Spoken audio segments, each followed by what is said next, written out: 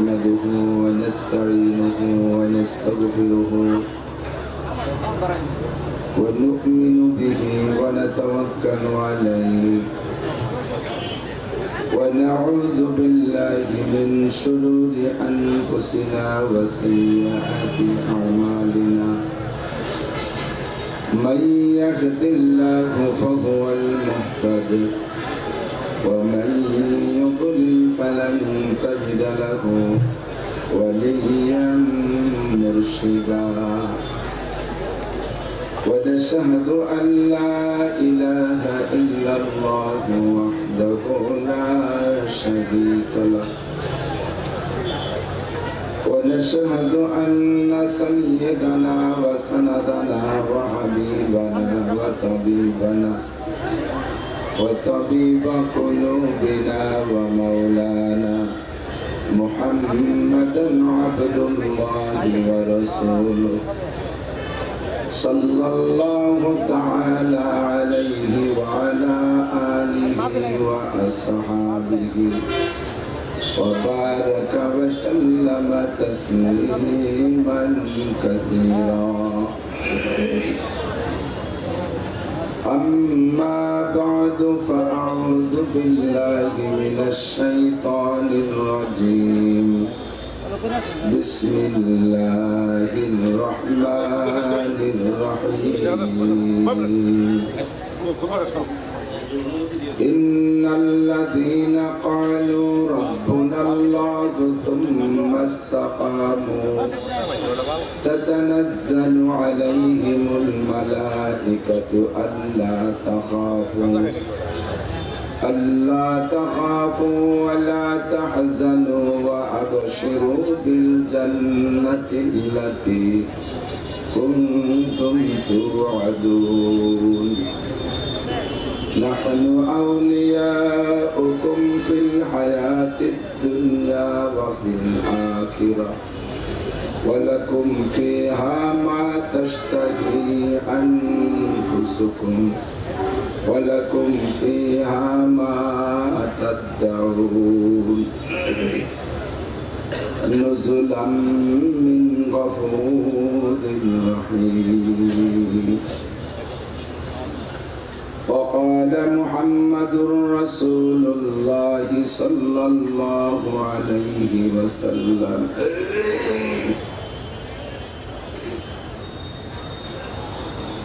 الكيس من دان نفسه وعمل لما بعد الموت والعاجز من أتبع نفسه وهواها وتمنى على الله أو كما قال عليه الصلاة والسلام سبحانك لا علم لنا إلا ما علمتنا إنك أنت العليم الحكيم جزى الله عنا محمدا ما هو أهله سبحان الله وبحمده سبحان الله العظيم رب اشرح لي صدري رب اشرح لي صدري رب اشرح لي صدري ويسر لي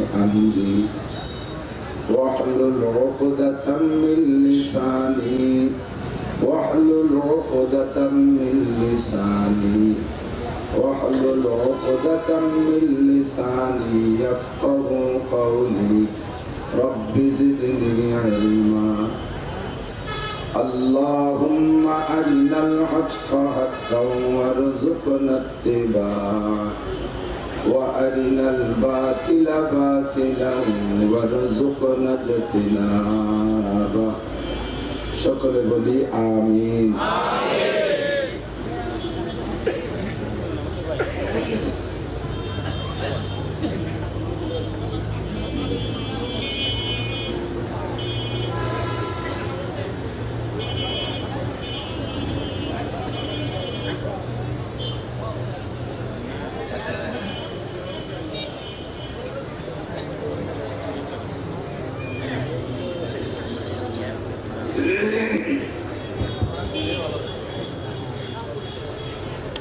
জেলা আওয়ামী লীগের সম্মানিত সদস্য, বিশিষ্ট দানবীর, শিক্ষা অনুরাগী ব্যক্তিত্ব এবং একজন সাধারণের মানুষ।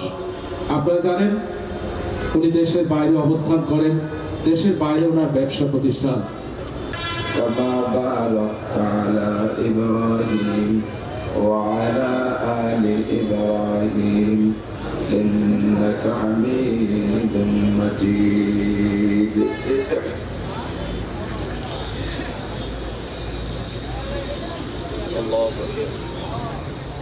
দুই দিন ব্যাপী 17তম বার্ষিক ঐতিহাসিক বিষয়ভিত্তিক তাফসীরুল কোরআন মাহফিল ভালুকা পুরাতন বাস স্ট্যান্ড মোতালেব খান মার্কেট সংলগ্ন।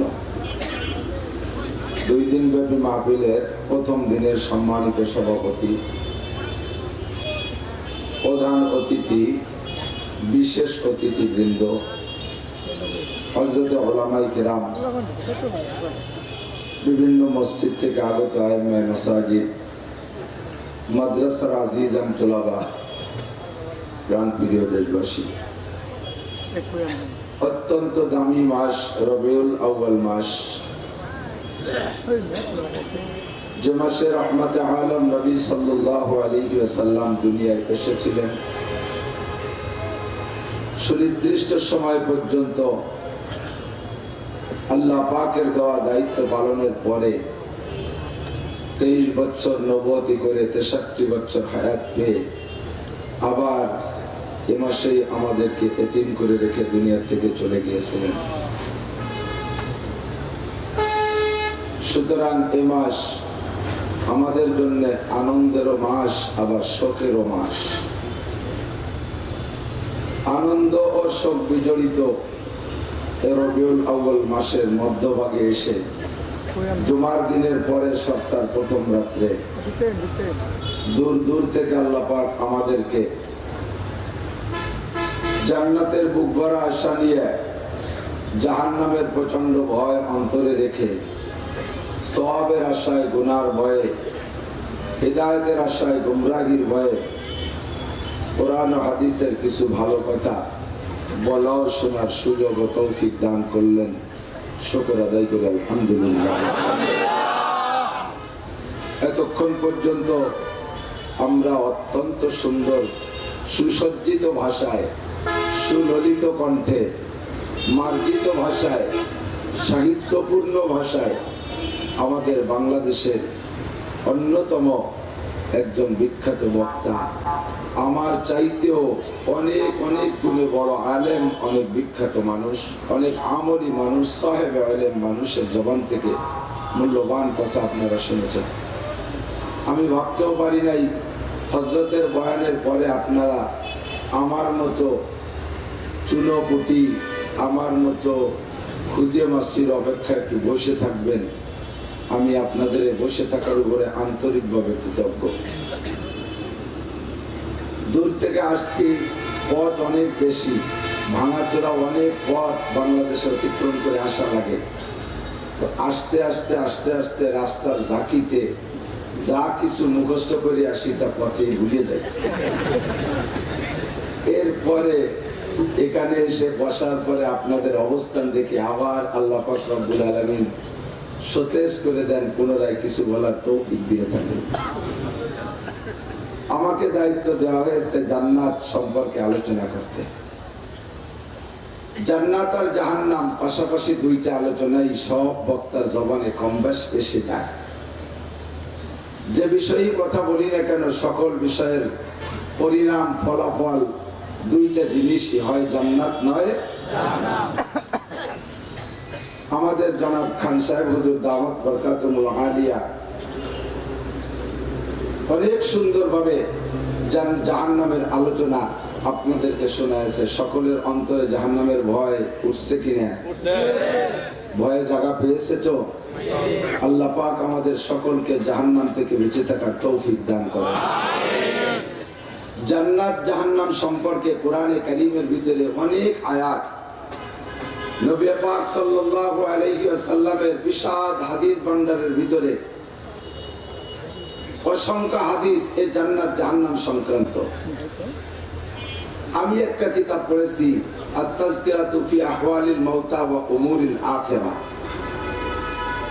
এত বড় একটা কিতাব আমার হাতে ঠিক দেখতেছেন, এরকম মোটা, এতখানি লম্বা, এতখানি চওড়া, এরকম একটা কিতাব শুধু জান্নাত আর জাহান্নামের বিশাল আলোচনা দিয়ে ভরপুর।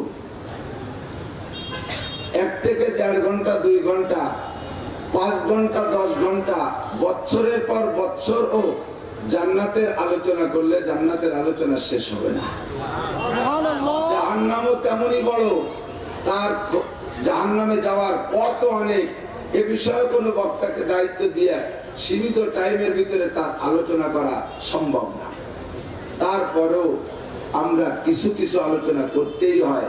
আল্লাহ নবী সাল্লাল্লাহু আলাইহি ওয়াসাল্লাম আমাদেরকে বলেছেন, বাশশিরু ওয়া লা তুনাফিরু, ইয়াসসিরু ওয়া লা তুআসসিরু। মাইকে সাউন্ড থাকলে দেন, আমার সেট দুর্বল, গলা বসে গেছে, উঠতেছে না। আপনাদের বুঝতে অসুবিধা হচ্ছে? মাইকে সাউন্ড থাকলে আর একটু সাউন্ড দেওয়ার জন্য বলতেছে।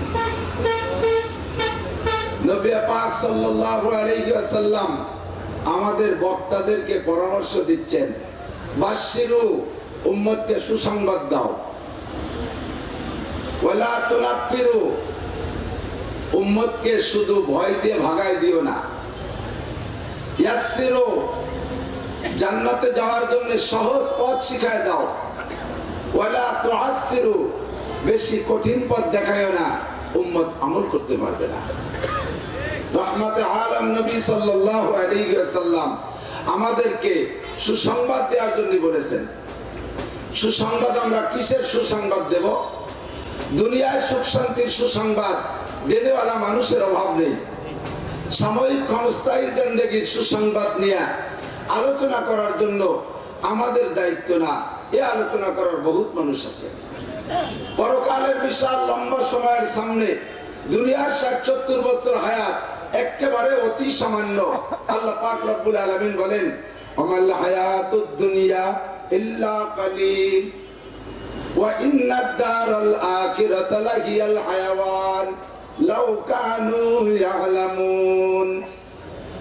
আমাল হায়াতুদ দুনিয়া ইল্লা কালিল, এই দুনিয়ার জিন্দেগি অতি সামান্য। ওয়া ইন্নাদ দারাল আখিরাতা লাহিয়াল হায়াওয়ান, পরকাল বিশাল লম্বা সময়, অনেক সময়। কত সময়? সে সময়ের কোনো শেষ নাই। ওয়া ইন্নাদ দারাল আখিরাতা লাহিয়াল হায়াওয়ান লাউ কানু ইয়ালামুন, দুনিয়ার সামনে আখিরাত কত লম্বাটা ইন্দোস্ত, তুলনা করে বোঝানোর মতো কোনো ভাষা নেই। নবী বলেন, যে জায়গা থাকবা ততটুক টাইম, সে জায়গার জন্য করবা ততটুক, এটাই হলো জ্ঞানের পরিচয়। যে জায়গা থাকবা অল্প সময়, সে জায়গার জন্য করবা অল্প কিছু। যে জায়গা থাকবা লম্বা টাইম, সে জায়গার জন্য করবা বেশি বেশি সময়, সে জায়গার জন্য করবা বেশি কিছু। এইটাই হলো জ্ঞানীর পরিচয়। কথা বলুন ঠিক কি ঠিক না? ও দোস্ত, থাকবো অনাদি অনন্তকাল জান্নাতে। জান্নাতীদেরকে আল্লাহ পাক জান্নাতে ঢুকিয়ে দেওয়ার পরে জান্নাতীদের সামনে আল্লাহ পাক একটা প্রাণী বানায়া তাকে জবাই করে দিবেন ফেরেশতাদের মাধ্যমে। জান্নাতীরা জিজ্ঞেস করবেন, রব্বুল আলামিন মা যাবাহতা, আল্লাহ তুমি কি জবাই করলে? আল্লাহ বলবেন, মাউতাকুম, তোমাদের মরণকে জবাই করে দিয়েছি। তোমাদের আর কোনদিন মরণ হবে না। খালিদিনা ফিহা আবাদা, এর মধ্যে তোমরা চিরকাল থাকবে। চিরকাল কতকাল? সেকালের কোনো শেষ নাই। শুধু সুখ আর শান্তি তোমরা উপভোগ করতে থাকবে। খালিদিনা ফিহা আবাদা। জাহান্নামীদের সামনে তেমনই একটা প্রাণী জবাই করা হবে। জাহান্নামীরা চিল্লা পাল্লা কান্নাকাটির ভিতরে তারা জিজ্ঞেস করবে, রব্বুল আলামিন মা যাবাহতা, আল্লাহ তুমি কি জবাই করলে? আল্লাহ পাক বলবেন, মাউতাকুম, তোমাদের মরণকে জবাই করেছি। রব্বুল আলামিন তরজমা বুঝলাম না। আল্লাহ বলবেন, তোমাদের মরণের জবাই হয়ে গেছে, আর কোনদিন এই জাহান্নামের মধ্যে তোমাদের মরণ হবে না। এর মধ্যেও তোমরা থাকবা খালিদিনা ফিহা আবাদা। ও দুষ্ট, এই জান্নাত সম্পর্কে আল্লাহ পাক রব্বুল আলামিন পরামর্শ দিচ্ছেন কারা জান্নাত পাবে আর কারা জান্নাত পাবে না। রব্বুল আলামিন কালামে পাকের মধ্যে বলেন ইন্নাল্লাযীনা ক্বালু, আমার দিক লক্ষ্য দোস্ত, আমি একটা খেজুর গাছ, আপনাদের এদিক খেজুর গাছ কাইটা রস বের করে করে খেজুর গাছের রস কপাল থেকে বের হইয়া একটা নালী দিয়ে বের হয়, বাঁশের একটা নালী লাগায়, নালী বলে তো আমাদের ওদিক নালী বলে, একটা নালী দিয়ে বের হয়, ওই রস গলায় গিয়ে পড়ে, নিচে ধরার জন্য একটা হাড়ি পাতে, একটা কলস পাতে, আমাদের ওদিক বলা হয় ঠিলা। এই ঠিলা আর কলসটা যদি নালী বরাবর ঠিক করে পাতা থাকে, টাইট করে যদি বাঁধা থাকে, তাহলে রস যা পড়বে ঠিলার মধ্যে পড়বে। আর যদি ঠিলাটা ঢিলা করে পাতা থাকে, বাতাসে নাড়াচাড়া দেয়, কাকশালিকে ঠেলা ধাক্কা দেয়, রস ভিতরে পড়ে না, রস ভিতরে অল্প পড়ে, বাহিরে পড়ে যায় বেশি। কথা বলুন ঠিক না? সেম কোয়ালিটি আমরা বক্তারা একটা খেজুর গাছ, মুখ একটা নালী, কোরআন হাদিসের রস পড়বে, আপনারা কলসের মতো ঠিলার মতো টাইট করে যদি আমাদের মুখের সাথে মুখ মিশাইয়া পাইতে রাখেন, তাহলে রস পড়বে আপনার ভিতরে, নইলে রস অবিরাম পড়েই যাবে। ঠিলাটা যদি ঢিলা করে পাতা থাকে, ভিতরে ভিতরে যদি বাদাম খান, ভিতরে ভিতরে যদি পান খান আর মোবাইল করেন, তাহলে দেখবেন দোস্ত ঠেলা ধাক্কা লাগবে, ধাক্কা দেওয়ার আর পার্টির অভাব নাই, মিস্টার ইবলিস ভিতরে ঘুরতেছে, আমাকে আপনাকে ঠেলা দেবে, ধাক্কা দেবে, রস গাছের থেকে পড়িয়া যাবে, কিন্তু ঠিলের মধ্যে যাবে না। এক গ্লাস এমনিও খাইতে পারবেন না, ক্ষীরও পাকাইতে পারবেন না, লাস্টে গুড়ও পাবেন না, টোটাল রসই পাওয়া যাবে না। কথা বলুন ঠিক কিনা? আমরা বৈশা 1-1.5 ঘন্টা কথা বলবো আল্লাহর কোরআন রাসূলের হাদিস দিয়া, জান্নাতের বিশাল আলোচনা দোস্ত, সময় স্বল্পতার কারণে সম্পূর্ণ পারবো না। এজন্য সকলে লক্ষ্য রাখবেন, সময় যদি কম হয়, বক্তাদের কথা যদি বলার বেশি ইচ্ছা থাকে, তখন কথা একটু ঘন হয়ে যায়। কান সতর্ক না থাকলে মিস করবেন।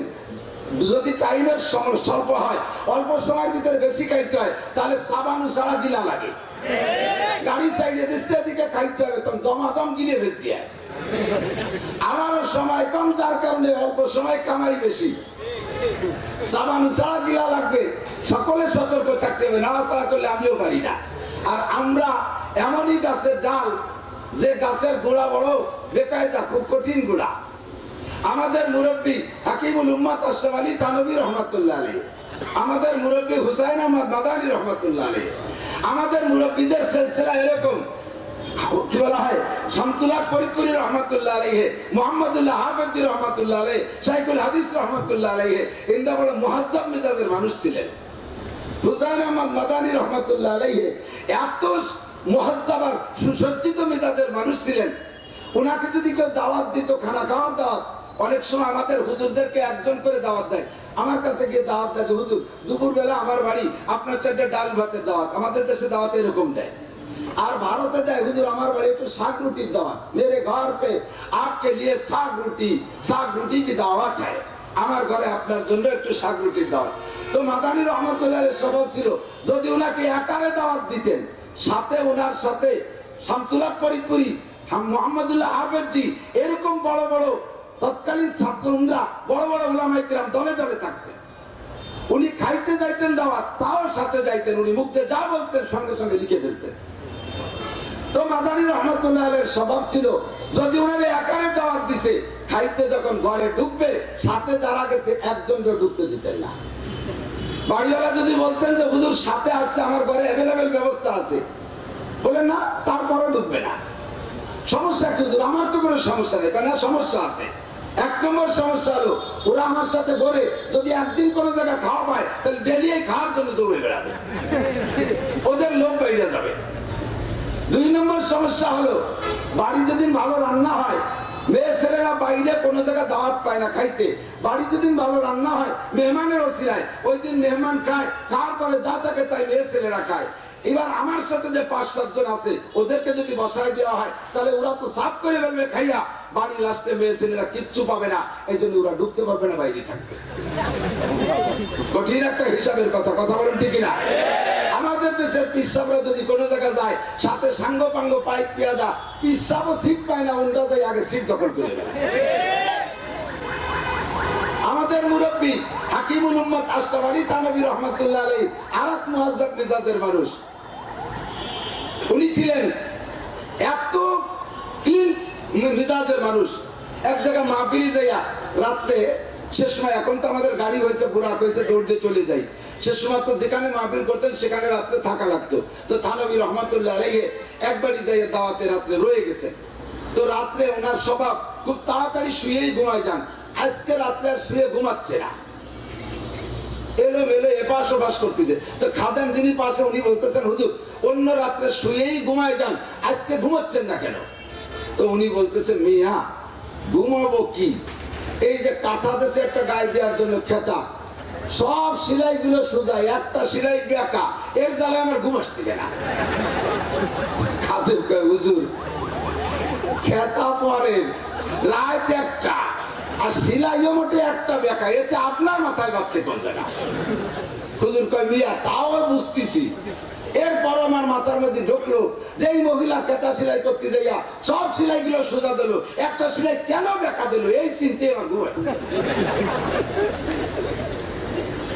দুইটা স্ত্রী ছিল আশরাফ আলী থানভী রহমাতুল্লাহ আলাইহি, সন্তান হইতো না, প্রথম স্ত্রীতে সন্তান নেই। এরপরে প্রথম স্ত্রীর পরামর্শে উনি আরেকটা বিবাহ করলেন। দুই স্ত্রীকে দুইটা ঘরে রাখতেন, এত সুন্দরভাবে ইনসাফের সাথে বন্টন করতেন। বাজার একেবারে একই পরিমাণ টাকার একভাবে মাইপে মাইপে বাজার করে দুই স্ত্রী করে দিতেন।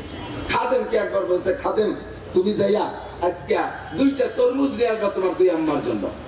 খাদেম বাজারে যাইয়া একই সাইজের দুই তরমুজ, এখন তো তরমুজ পাল্লায় মেপে বিক্রি হয়, আমাদের ছোটবেলায় তো তরমুজ ওভাবে বিক্রি হতো না, দেখেও চোখ আন্দাজে বিক্রি হইতো। তো উনি সারা দুপুর থেকে সন্ধ্যা হয়ে গেছে, দুই তরমুজের মোটে মিলেতেই পারে না, সাইজই মিলছে। তো দেখে যে একটা মোটা শুকনো আর একটা মোটার কাঁচা, আবার তা মিলে বেলাইছে মোটা, দেখে যে একটা সাদা কালো আজির ভিতরে একটু কম আছে। কি করা যায়, যে দাগ দাগ দেওয়া না, তরমুজের গায়ে ছাপা হয় না, একটার ছাপা একটু সাদা সাদা আর একটার ছাপা একটু কালা কালা, এইভাবে মিলাইতে মিলাইতে সন্ধ্যার সময় যে দুই তরমুজ মিলেছে, মিলাইয়া বাড়ি আনছে। কয়, হুজুর আপনার পায়ে ধরি, আমাদের এই সিজনে একবারই খাওয়ান তরমুজ আর খাওয়ান, আমার দুই তরমুজ কিনছি, আমার দিন চলে গেছে। হুজুর কইতেছে, মিয়া যাও তাই যা, বহুত কষ্ট করছো। ওনাদের বলিয়াছে, আম্মা এই সিজনে আর তরমুজ খাইয়েন না, দুইজনে দুইটা দিয়ে আসো। দুই তরমুজ নিয়ে রওনা দিয়েছে, দুই ঘরে দেবে। এর ভিতরে থানভী, এই মিয়া দিকে আসো, তুমি কি তরমুজ খাইতে দেখছো কোনটার মধ্যে সাদা কোনটার মধ্যে লাল? না হুজুর তা তো দেখি নেই।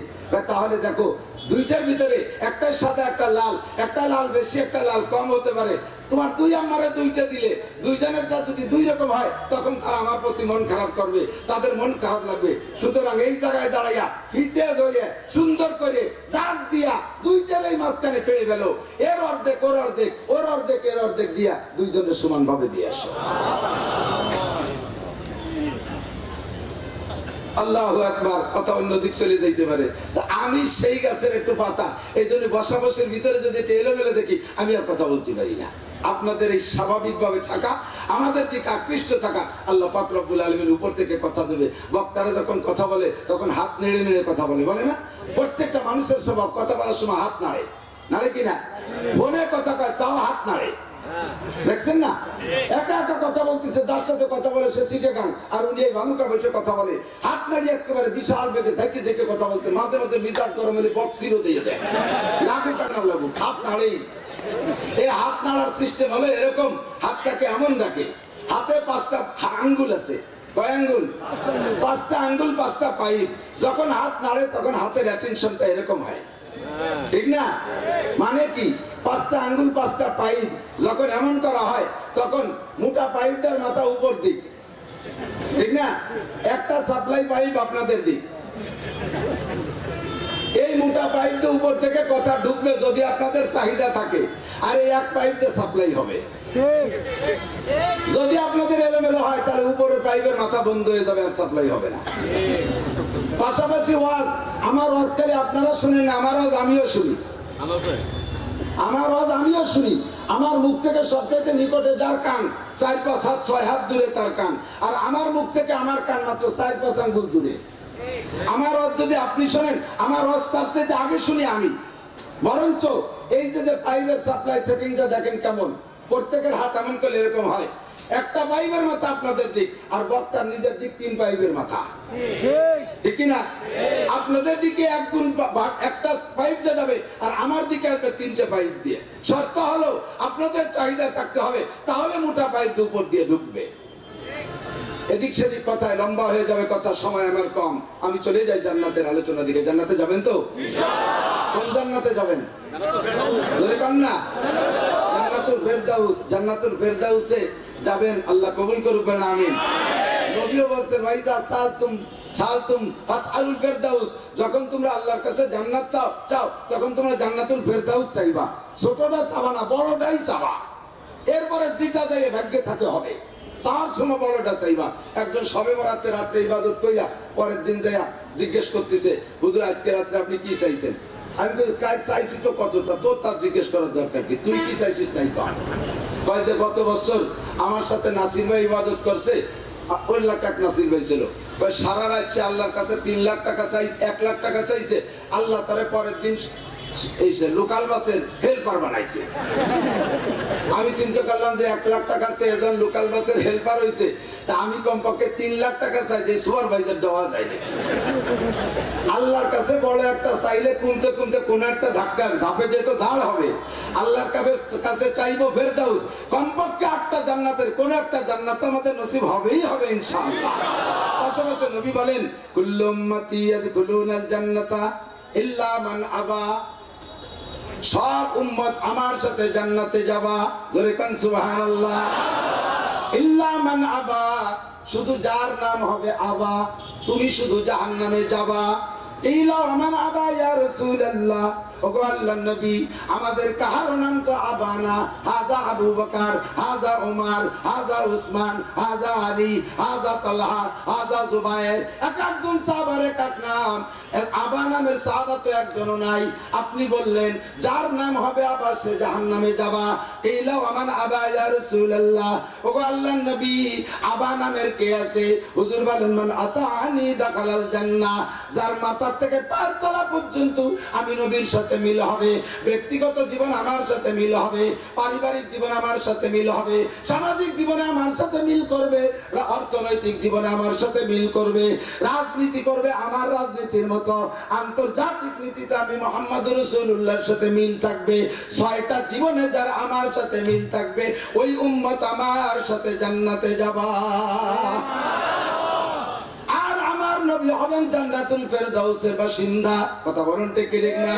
নবী পাক বলেন মান আহাব্বা সুন্নতি ফাকাদ আহাব্বানি, মান আহাব্বা সুন্নতি ফাকাদ আহাব্বানি, ওয়া মান আহাব্বানি কানা মাই ফিল জান্নাহ।